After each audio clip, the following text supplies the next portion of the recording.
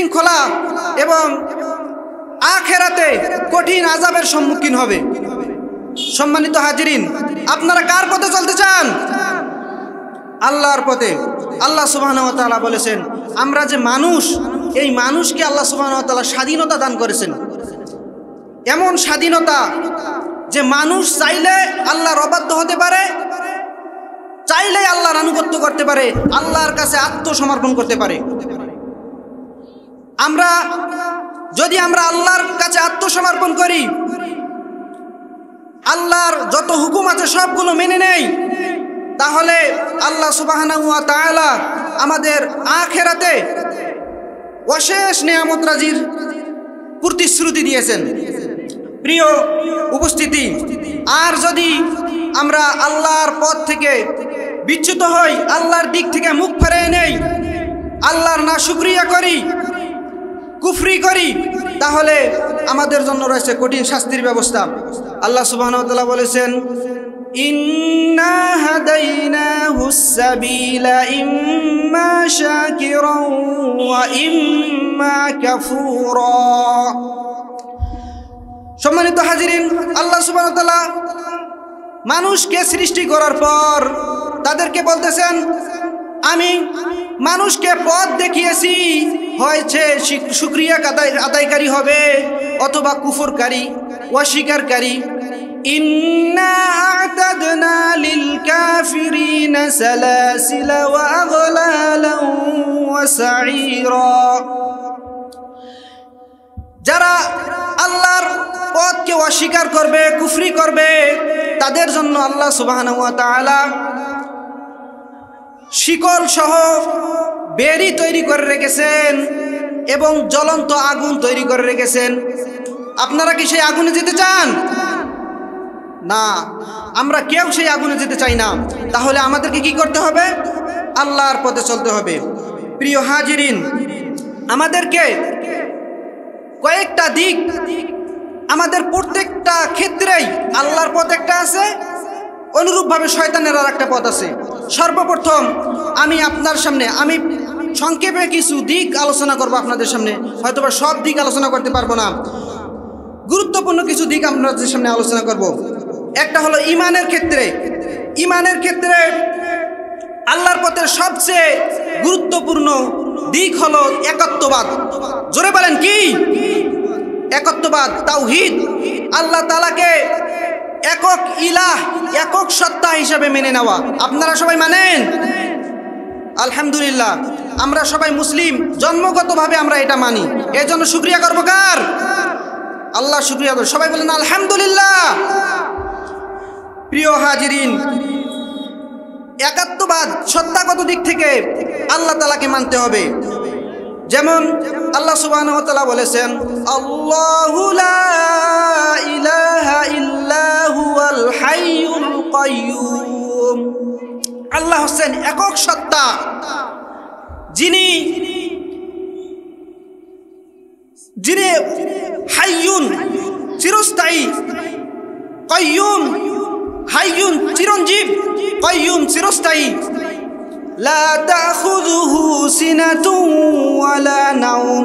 তাকে নিদ্রা তন্দ্রাও স্পর্শ করতে পারে না। সেই মহান স্রষ্টার নাম কি? আল্লাহ। প্রিয় হাজিরিন, এছাড়াও সূরা ইখলাস আপনারা সবাই জানেন কিনা? সূরা ইখলাসের মধ্যে আল্লাহ সুবহানাহু ওয়া তাআলার স্পষ্ট পরিচয় দেওয়া আছে, তার সত্তাগত পরিচয় সূরা ইখলাসে বর্ণিত হয়েছে। আল্লাহ সুবহানাহু ওয়া তাআলা বলেছেন, কুল হুয়াল্লাহু আহাদ। বলুন, আল্লাহ তাআলা এক।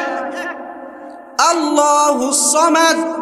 আল্লাহ তাআলা ওয়ামুকাফিকি, লাম ইয়ালিদ ওয়া লাম ইউলাদ।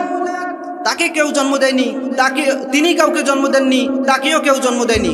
ওয়া লাম ইয়াকুল লাহু কুফুয়ান আহাদ। এবং তার সমকক্ষ কেউ নেই। আমরা এই সত্তার, এরকম একজন সত্তার যার সমতুল্য কেউ নাই, যার সাথে তুলনা কাউকে করা যায় না, এই রকম সত্তার বান্দা হতে চাই কিনা? হাজিরিন, যদি আমরা এরকম বান্দা হতে চাই, তাহলে আল্লাহর সাথে কাউকে শিরক করা যাবে না। এটা হলো শিরক, হলো সবচেয়ে বড় জুলুম। আল্লাহ সুবহানাহু ওয়া তাআলা বলেছেন, লা তুশরিক বিল্লাহ। আল্লাহ সুবহানাহু ওয়া তাআলা পবিত্র কোরআনের মাজিদে বলেছেন, লা তুশরিক বিল্লাহ, তোমরা আল্লাহর সাথে শিরক করো না। ইন্নাশ শিরকা লাযুলমুন আযীম, নিশ্চয় শিরক হলো সবচেয়ে বড় জুলুম। যদি আমরা এই মহান আসমান জমিন, সপ্ত আসমান, পাহাড় পর্বত, সব কিছুর স্রষ্টা যিনি এই সব কিছু শুধু মানুষের জন্য সৃষ্টি করেছেন, তার জন্য যদি আমরা কোনো কিছু শিরক করি, এই সামান্য নগণ্য বান্দা হয়ে, এই যে পৃথিবীটা কত বড় একটু চিন্তা করেন, পৃথিবীটা কত বড় আর আমরা সেখানে কতটুকু ছোট। সুতরাং এই নগণ্য বান্দা হয়ে কিভাবে আমরা এই মহান এত বড় পৃথিবী, এত বড় সপ্ত আকাশ, এগুলোর মালিকের শিরক করতে পারি? হাজিরিন, আল্লাহ সুবহানাহু ওয়া তাআলার একমাত্র উপাসনা করতে হবে, একমাত্র তাকেই ইবাদত করতে হবে, তার ছাড়া অন্য কারো ইবাদত করা যাবে না। যেমন আল্লাহ সুবহানাহু ওয়া তাআলা বলেছেন, ওয়া'বুদুল্লাহা ওয়া লা তুশরিক বিহি শাইআ, তোমরা আল্লাহ সুবহানাহু ওয়া তাআলার ইবাদত করো, তার সাথে কাউকে শিরক করো না। যদি তোমরা শিরক করো তাহলে কঠিন আযাবের ভেতরে আল্লাহ সুবহানাহু ওয়া তাআলা প্রবেশ করাবেন, তাদের জন্য জাহান্নামকে আল্লাহ সুবহানাহু ওয়া তাআলা হারাম করে দেবেন। হাজিরিন, আমাদেরকে আরো একটা বিষয়, একক সত্তা হিসেবে তো আল্লাহকে মানব, ইবাদতের ক্ষেত্রে আল্লাহর ইবাদত করব, কিন্তু পালন কর্তা হিসেবে, লালন পালন কর্তা হিসেবেও আল্লাহ সুবহানাহু ওয়া তাআলার একত্ব ঘোষণা করতে হবে, বিশ্বাস করতে হবে। যদি আমরা না করি, আমাদের বর্তমান সমাজের অনেক ছেলেপেলেকে আমি জিজ্ঞাসা করি যে বাবা, তোমাকে লালন পালন করে কে? তোমার লালন পালনকারী? তোকে কয় আমার আব্বা। জোরে বলেন, পিতা কি লালন পালনকারী হতে পারে? পিতা, আমাদের শরীরের যদি নিঃশ্বাসটা বন্ধ হয়ে যায় 1 সেকেন্ডের জন্য, 3 সেকেন্ডের জন্য, 5 সেকেন্ডের জন্য বা 1 মিনিটের জন্য, পিতা মাতা সেটা চালু করে দিতে পারবে না। এই নিঃশ্বাস, প্রাণ, এগুলো আল্লাহর আদেশে আমাদের দেহের মধ্যে আছে। সুতরাং যে কোনো পরিস্থিতিতে, যে কোনো অবস্থায় লালন পালনকারী হিসেবে যতই দুঃখ আসুক, বিপদ আসুক, ফাসাদ আসুক, যতই আমাদের দেশকে কেউ যদি ধ্বংস করে দেয়, তাহলে আমরা লালন পালনকারী কাকে মানব? গাজার মানুষ লালন পালনকারী কাকে মানে? তারা সব সময় বলে হাসবি আল্লাহ, হাসবি আল্লাহ, আমাদের জন্য আল্লাহই যথেষ্ট। আপনাদের জন্য কি আল্লাহ যথেষ্ট কিনা? আল্লাহ সুবহানাহু ওয়া তাআলা আমাদের জন্য যথেষ্ট। এই জন্য আল্লাহ সুবহানাহু ওয়া তাআলাকে আমাদের রব হিসেবে গ্রহণ করতে হবে। আল্লাহ সুবহানাহু ওয়া তাআলা সূরা মায়েদার ৭২ নং আয়াতে বলেন, ওয়া'বুদুল্লাহা রাব্বি ওয়া রাব্বাকুম ইন্নাহু মান ইউশরিক বিল্লাহি ফাকাদ হাররামাল্লাহু আলাইহিল জান্নাহ ওয়া মাওয়াহুন নার ওয়া মা লিয-যালিমিনা মিন আনসার। ওয়া'বুদুল্লাহা রাব্বি ওয়া রাব্বাকুম, তোমরা আমার রব এবং তোমাদের রবের ইবাদত করো। ইন্নাহু মান ইউশরিক বিল্লাহ, যে ব্যক্তি আল্লাহর সাথে শিরক করবে, ফাকাদ হাররামাল্লাহু আলাইহিল জান্নাহ, আল্লাহ তাআলা তার জন্য জান্নাতকে হারাম করে দেবেন। ওয়া মাওয়াহুন নার, এবং তার আবাসস্থল হবে আগুন, জ্বলন্ত আগুন। ওয়া মা লিয-যালিমিনা মিন আনসার, এই রকম যারা শিরক করবে, পূজা করবে, তাদের জন্য কোনো সাহায্যকারী নেই, তাদের কোনো অভিভাবক নেই। তাদের অভিভাবক হলো শয়তান। তাদের অভিভাবক কে? শয়তান। হাজিরিন, হুকুম তথা আইনগত দিক থেকে আল্লাহ সুবহানাহু ওয়া তাআলাকে একক হিসেবে মানতে হবে। হুকুম দেওয়ার ক্ষমতা কার? আইন দেওয়ার ক্ষমতা কার? নাকি সংসদের? যারা মানব রচিত কুফরি আইনকে প্রণয়ন করবে এবং ব্রিটিশ জুডিশিয়াল ব্রিটিশ জুডিশিয়াল আইনকে মান্য করবে, প্রতিষ্ঠা করবে সমাজের ভিতরে, তারা কাফের হিসেবে গণ্য হবে। যদিও সে মুসলিম হয়, যদিও সে মুমিন হয়, যদিও সে দাবি করে তার নাম আব্দুল্লাহ হয়। জোরে বলেন ঠিক কিনা? সংসদে আইন চলবে কার? আল্লাহর আইন চলবে। সেখানে আমাদেরকে আল্লাহর আইন প্রতিষ্ঠিত করতে হবে। মনের মধ্যে বিশ্বাস রাখতে হবে যে সংসদের আইন চলবে আল্লাহর। যদি সংসদ সেটা করতে না পারি, সেটা সংসদীয় কুফর হবে। আমার ইমানকে তো দিক থেকে আমরা কমপক্ষে বুঝতে পারি। হাজিরিন, যেমন আল্লাহ সুবহানাহু ওয়া তাআলা বলেছেন, ইন্না আনজালনা ইলাইকাল কিতাবা লিতাহকুমা বাইনান নাসি বিমা আরাকাল্লাহ। আমি আপনার প্রতি, হ্যাঁ নবী, আমি আপনার প্রতি কোরআন নাজিল করেছি, কিতাব নাজিল করেছি, লিতাহকুমা বাইনান নাস, যাতে আপনি মানুষের মাঝে বিচার করতে পারেন। এই কোরআনের আইন দ্বারা মানুষের কাছে বিচার করতে পাবেন। বিমা আরাকাল্লাহ, যেভাবে আল্লাহ তাআলা আপনাদেরকে আইন বিচার করার পথ দেখিয়েছেন।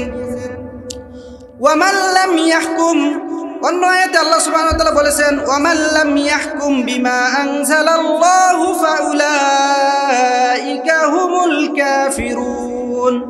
যে ব্যক্তি, যারা আল্লাহর বিধান ছাড়া, আল্লাহ যা নাজিল করেছেন সেটা ছাড়া বিচার ফয়সালা করবে, আইন দেবে, ফাউলাইকা হুমুল কাফিরুন, তারা কাফের হয়ে যাবে। এই ঘোষণা কার? এই ফতোয়া কে দিয়েছেন? আমি কিন্তু ফতোয়া দেইনি। সম্মানিত হাজিরিন, এই জন্য আমাদের সকলকে আল্লাহর হুকুম, আল্লাহর বিধান আমাদেরকে প্রতিষ্ঠিত করতে হবে। হাজিরিন, আল্লাহর যত নবী এসেছেন তারা সকলেই তাওহীদের দাওয়াত দিয়েছেন, মানুষকে তাওহীদের দিকে আহ্বান করেছেন। যেমন আল্লাহ সুবহানাহু ওয়া তাআলা বলেছেন, ওয়া মা আরসালনা মিন ক্বাবলিকা মির রাসূলিন ইল্লা নূহি ইলাইহি আন্নাহু লা ইলাহা ইল্লা আনা ফা'বুদুন।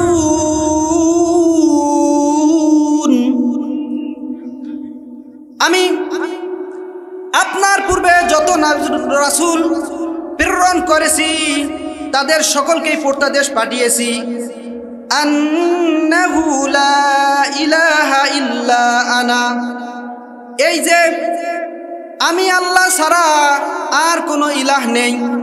এই আদেশটা কে পাঠিয়েছেন? আল্লাহ সুবহানাহু ওয়া তাআলা। ফা'বুদুন, সুতরাং তোমরা আমার ইবাদত করো। তাহলে দুনিয়ার জমিনে যদি আমরা আল্লাহর ইবাদত করি, সেটা কার পথে চলা হবে? আল্লাহর পথে। আর যদি আল্লাহর সাথে আমরা শিরক করি ইবাদতের ক্ষেত্রে, তাহলে সেটা হবে শয়তানের পথ। হাজিরিন, এটা তো আমি কোরআনের আলোকে তাওহীদের কথা বললাম। আপনারা জেনে অবাক হবেন যে তাওহীদ, আল্লাহ সুবহানাহু ওয়া তাআলা অতীতের যত নবী পাঠিয়েছেন, যত কিতাব পাঠিয়েছেন, সব কিতাবে তাওহীদের কথা আছে। অথচ তারা সকলেই বিভ্রান্ত হয়ে শয়তানের প্ররোচনায় শিরকের মধ্যে লিপ্ত। ঈসা আলাইহিস সালামের যারা উম্মত ছিল, তারা ঈসা আলাইহিস সালামকে ইবনুল্লাহ, আল্লাহর পুত্র বলতো। খ্রিস্টানরা ঈসা আলাইহিস সালামকে আল্লাহর পুত্র বলতো। আর যারা ইহুদি, তারা উজাইর আলাইহিস সালামকে আল্লাহর পুত্র বলতো। এভাবে তারা যুগে যুগে শিরক করেছে। এই জন্য আল্লাহ সুবহানাহু ওয়া তাআলা তাদের এই কিতাবগুলোকে রহিত করে দিয়েছেন এবং আল্লাহর পথের নতুন সর্বশেষ নবী হযরত মুহাম্মদ সাল্লাল্লাহু আলাইহি ওয়াসাল্লাম প্রেরণ করেছেন। অনুরূপভাবে আমরা যদি হিন্দু ধর্মের গ্রন্থগুলোতে লক্ষ্য করি, তাহলে সেগুলোতেও একাত্মবাদের ঘোষণায় ভরা, একাত্মবাদে পরিপূর্ণ। যেমন প্রিয় বন্ধুগণ, যেমন ঋগ্বেদে আছে, ঋগ্বেদের মণ্ডল 2 শ্লোক 1 মন্ত্র সাথে আছে, একং ব্রহ্মা দ্বিতীয়ং নাস্তে নেহনা নাস্তে কিঞ্চন, পরমেশ্বর একজন, দ্বিতীয় কেউ নেই, কিঞ্চিত পরিমাণও নেই। তাহলে তাদেরকেও মানা দরকার। পরমেশ্বর স্রষ্টা আমাদের কয়জন? একজন। আপনারা একটু চিন্তা করেন, আমরা এবং আমাদের হিন্দু ভাই যারা আছেন, তারা সকলেই মানুষ কিনা? সকলের গায়ে রক্ত আছে, নাক আছে, কান আছে, সবই আমাদের একই রকম। সুতরাং আমাদের কোম্পানি কোনটা? একটা। কোম্পানি কয়টা? একটা। সুতরাং আমরা একই কোম্পানির মানুষ। আমাদের স্রষ্টা কয়জন? একজন। ছন্দাজ্ঞ উপনিষদ 6 নং অধ্যায় 2 নং খণ্ড 1 নং মন্ত্রে আছে, একম এব অদ্বিতীয়ম, ঈশ্বর প্রভু একজন, দ্বিতীয় কেউ নেই। অথর্ববেদে আছে যে বা যে ব্যক্তি যারা আল্লাহকে তাআলাকে এক জানে সে তাকে প্রাপ্ত হবে, সে তাকে প্রাপ্ত হবে। প্রিয় বন্ধুগণ, তাহলে আমরা বুঝতে পারতেছি আমাদের যারা আশেপাশের প্রতিবেশী আছে, হিন্দু ভাইরা আছে, তাদেরকে ভালোবাসার ক্ষেত্রে বলতেছি তারাও কিন্তু স্রষ্টা একজনকেই মানে। সুতরাং যেহেতু আমাদের স্রষ্টা একজন, ইবাদত করতে হবে কয়জনের? একজনের। সম্মানিত হাজিরিন, আমাদের আরও একটা বিষয় খেয়াল করা দরকার যে হিন্দুরা কিন্তু তাদেরকে জিজ্ঞাসা করবেন, তারাও বলবে যে মূর্তি পূজার আমাদের ধর্মে বৈধ নয়। মূর্তি পূজার শাস্তি সম্পর্কে যজুর্বেদে বলা হয়েছে অন্ধং তম প্রবিশন্তি যেহসং ভূতিমুপসতে তত ভূয় ইব তে তমজ ও সম্ভূতরতা। এর অর্থ হলো যে সকল ব্যক্তি প্রকৃতির পূজা করবে, অন্ধং তম প্রবিশন্তি, অন্ধকারে প্রবেশ করবে, অন্ধকার নরকে প্রবেশ করবে।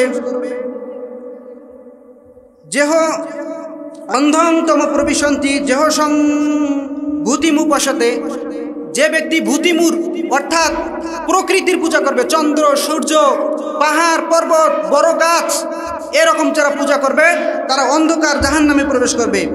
এবং তত ভূয় ইব তে তমজ ও সম্ভূতরতা, এবং যারা নিজের তৈরি জিনিসের যারা প্রবেশ করবে তত ভূয় ইব অর্থাৎ তার থেকেও বেশি অন্ধকার নরকে প্রবেশ করবে। সুতরাং আমরা যদি স্বর্গে যেতে যাই তাহলে অবশ্যই আমাদেরকে একক প্রভুর ইবাদত করতে হবে। জোরে বলেন ঠিক কিনা? আল্লাহর সাথে কাউকে শিরক করা যাবে না, এটা সবচেয়ে বড় জুলুম। আমাদের হিন্দু ভাইয়েরা যারা আছেন তারা অন্তিম অবতারের অপেক্ষায় আছেন, তারা অন্তিম অবতারকে কল্কি অবতার বলেন। আমরা যদি তাদের ধর্মগ্রন্থগুলো পড়ি, তাদের ধর্মগ্রন্থে কল্কি অবতারের যে পরিচয় আছে সেটা মুহাম্মদ সাল্লাল্লাহু আলাইহি সাল্লামের সাথে মিলে যায়। সবাই বলেন সুবহানাল্লাহ। কারণ আল্লাহ সুবহানাহু ওয়া তাআলা বলেছেন যে আমি যে পূর্বে কিতাব নাজিল করেছি সেই কিতাবের মধ্যে মুহাম্মদ সাল্লাল্লাহু আলাইহি সাল্লাম যে আসবে সেই সুসংবাদ প্রত্যেকটা ধর্মগ্রন্থে আছে। সুবহানাল্লাহ। যেমন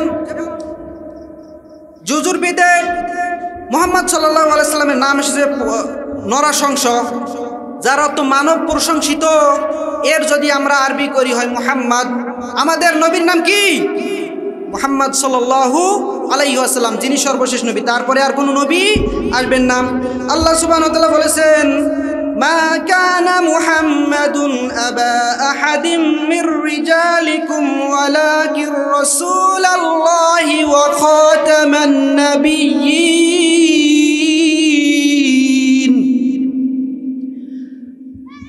মা কানা মুহাম্মাদুন, মুহাম্মদ সাল্লাল্লাহু আলাইহি সাল্লাম নয়, আবা আহাদিম মির রিজালিকুম, কোন পুরুষের পিতা, ওয়ালাকির রাসূলুল্লাহ, তিনি হলেন আল্লাহ তাআলার রাসূল, আল্লাহ তাআলার প্রেরিত দূত, ওয়া খাতামান নাবিয়্যিন, সর্বশেষ নবী।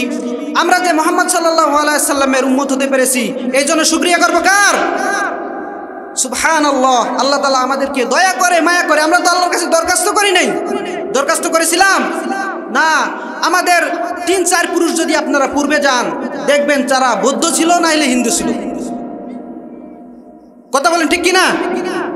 হ্যাঁ, আল্লাহ সুবহানাহু ওয়া তাআলা আমাদের সৌভাগ্য দান করেছেন যে আল্লাহ সুবহানাহু ওয়া তাআলার সর্বশেষ নবীর দিনে সর্বশেষ নবীর উম্মত আমরা হতে পেরেছি।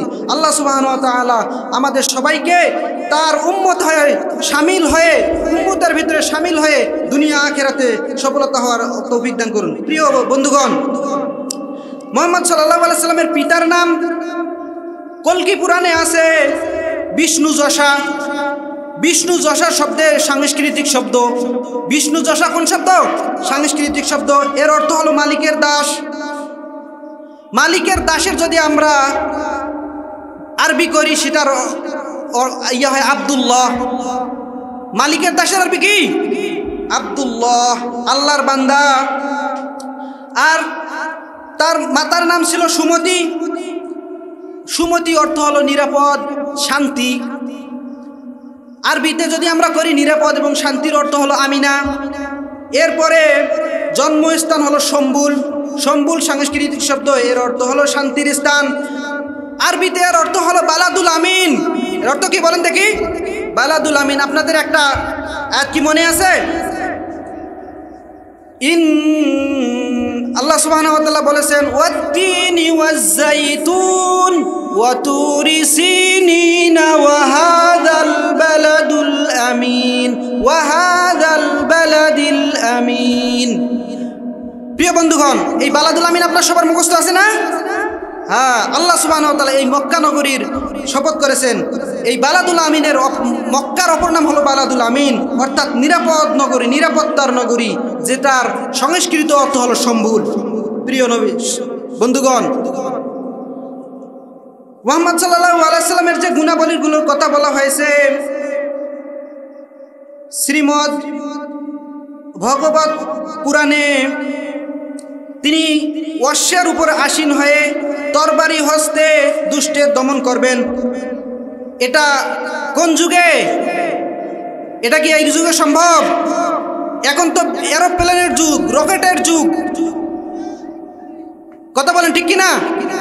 তাহলে আমরা যদি হিন্দু ভাইদের কল্কি অবতারের যে তারা অপেক্ষায় আছেন, তার কথা যদি আমরা ধরি, তিনি অশ্বের উপর আসীন হয়ে তরবারি দিয়ে দুষ্টের দমন করবেন, তাহলে সেই যুগ আসে না চলে গেছে? চলে গেছে।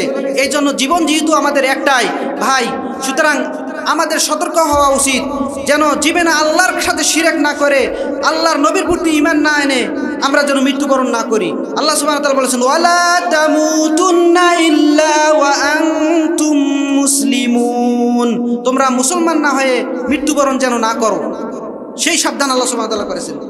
প্রিয় বন্ধুগণ, আরও একটি গুণাবলী আছে, সেটা হলো গুপ্তাঙ্গ অগ্রভাগ সেদি হবেন, অর্থাৎ তার খাতনা করা থাকবে। তাহলে খাতনা করা কার ছিল? মুহাম্মদ সাল্লাল্লাহু আলাইহি সাল্লাম। এটা কাদের স্বভাব? আমাদের মুসলমানদের স্বভাব। প্রিয় বন্ধুগণ, শিরক তথা মূর্তি পূজা, কবর পূজা, মাজার পূজা, এগুলোকে শয়তানের পথ হিসেবে আল্লাহ তাআলা বলেছেন। আমি আপনাদেরকে দুইটা পথের কথা বলেছিলাম। একটা কার পথ? আল্লাহর পথ। এর আগে সেটা বর্ণনা করেছি। একটা হলো যে আল্লাহর পথ কি? তাকে একক হিসেবে গ্রহণ করতে হবে। রিজিক দাতা, পালনকর্তা, হুকুমদাতা, ইবাদতের একমাত্র মালিক, এই সর্বক্ষেত্রে আল্লাহ তাআলাকে কি মানতে হবে? একক মানতে হবে। এক্ষেত্রে শয়তানের পথ কি?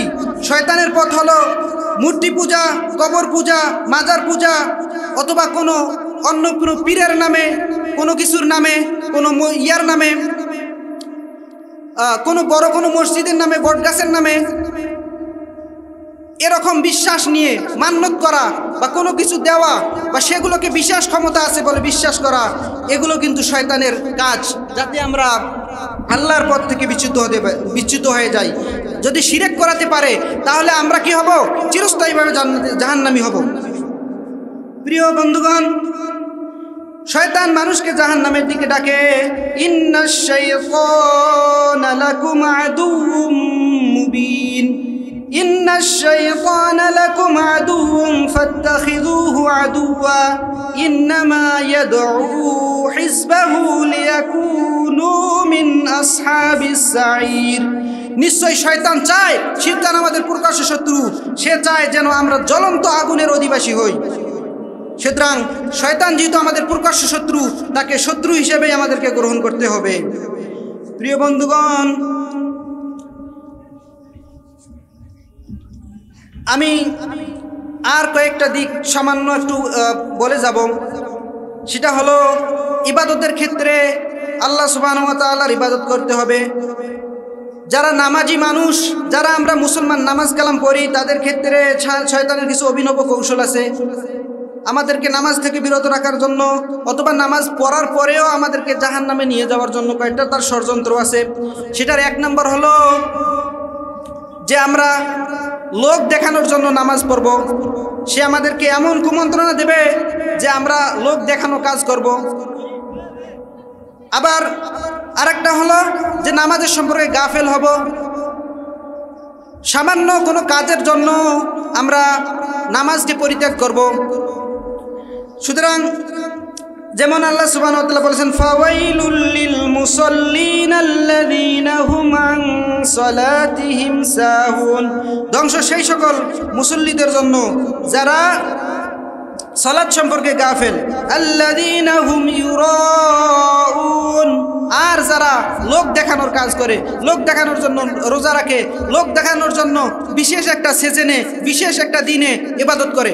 সুতরাং আমরা যেহেতু আল্লাহ সুবহানাহু ওয়া তাআলা আমাদেরকে দয়া করেছেন, মুহাম্মদ সাল্লাল্লাহু আলাইহি সাল্লামের উম্মতের মধ্যে শামিল করেছেন, সেই হিসাবে আমাদের সকলকে যদি আমরা জান্নাত পেতে চাই, জাহান্নাম থেকে মুসলিম হয়েও বাঁচতে চাই, তাহলে অবশ্যই আমাদেরকে সালাত আদায় করতে হবে। যদি সালাত আদায় না করি তাহলে আমাদেরকে জাহান্নামে যেতে হবে।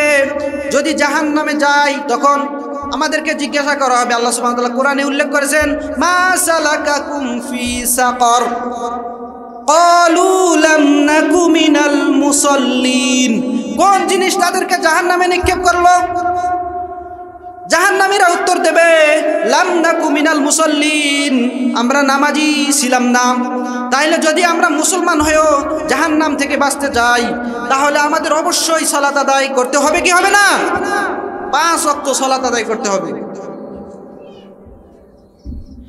প্রিয় উপস্থিতি, প্রিয় বন্ধুগণ, আমরা যেন আমি সালাতের বিষয়টা বলেই শেষ করব।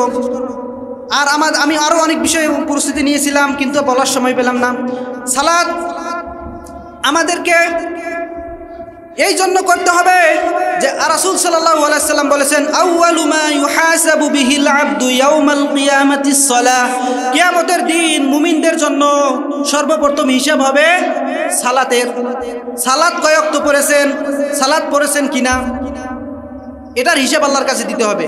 একটু চিন্তা করে দেখি, যত দূর মাইকের আওয়াজ যাচ্ছে, ভাইয়েরা আপনার হাতে পায়ে ধরি, আপনারা একটু চিন্তা করে দেখেন আমরা কত ওয়াক্ত নামাজ পড়তেছি, কত ওয়াক্ত নামাজ অযথা আমাদের গাফলতির কারণে আমাদের চলে যাচ্ছে, সামান্য একটা কাজের কারণে।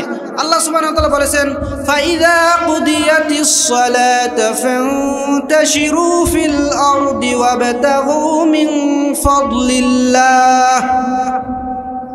প্রিয় হাজিরিন, ফাইযা কুদিয়াতিস সালাত, আল্লাহ সুবহানাহু ওয়া তাআলা বলেছেন আগে সালাত। আমরা যে দুনিয়ার রিজিকের জন্য, আমাদের দুনিয়ার জীবনটাকে চালানোর জন্য রিজিক অন্বেষণের যাই, বিভিন্ন কাজকর্ম করি, এই কাজকর্ম তো করতে হবে, এটা আমাদের জন্য ফরজ। রিজিক অন্বেষণ করা কি ফরজ, কিন্তু সেই ফরজ হলো আমাদের ইবাদতের পরে। আল্লাহ সুবহানাহু ওয়া তাআলা বলেন ফাইদা কুদিয়াতিস সালাত, যখন তোমরা সালাত শেষ করবে, সালাত পরিপূর্ণ করবে, ফান্তাশিরু ফিল আরদ, তোমরা জমিনের বিভিন্ন প্রান্তে ছড়িয়ে যাও, ওয়াবতাগু মিন ফাদলিল্লাহ, এবং আল্লাহর অনুগ্রহ, আল্লাহ সুবহানাহু ওয়া তাআলা জমিনে যে অনুগ্রহগুলো দিয়েছেন সেই অনুগ্রহ থেকে অনুগ্রহ অনুসন্ধান করো, তোমাদের রিজিক অনুসন্ধান করো। লাআল্লাকুম তুফলিহুন, হয়তো তোমরা সফল কাম হবে। প্রিয় বন্ধুগণ, আমাদের সফলতার জন্য অবশ্যই সালাত আদায় করতে হবে। যেমন আল্লাহ সুবহানাহু ওয়া তাআলা বলেছেন ক্বাদ আফলাহা মান তাযাক্কা, যে ব্যক্তি নিজেকে পরিশুদ্ধ করবে সেই ব্যক্তি সফল হয়ে গেছে। এই সফলতার গ্যারান্টি কে দিয়েছে? আল্লাহ সুবহানাহু ওয়া তাআলা।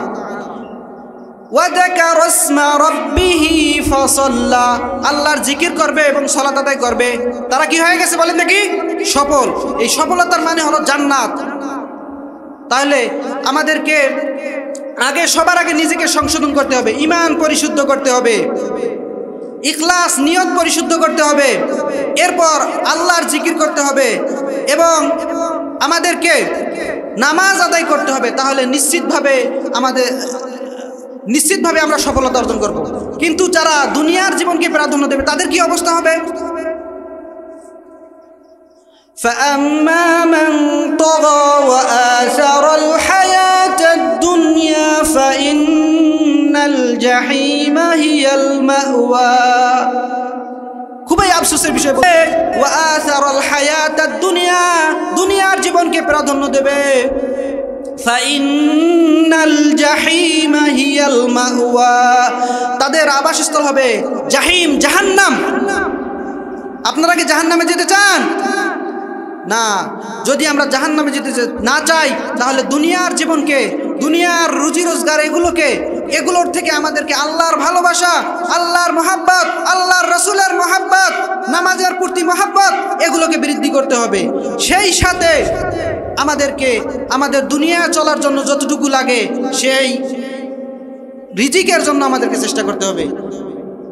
আল্লাহ সুবহানাহু ওয়া তাআলা আমাদেরকে যে বিষয়টুকু বললাম সে বিষয়ের উপর আমল করার তৌফিক দান করুক। আল্লাহ সুবহানাহু ওয়া তাআলা আমাদের সকলকে জান্নাতবাসী হিসেবে কবুল করুক। সবাই বলে আমিন। আসসালামু আলাইকুম ওয়া রাহমাতুল্লাহি ওয়া বারাকাতুহু।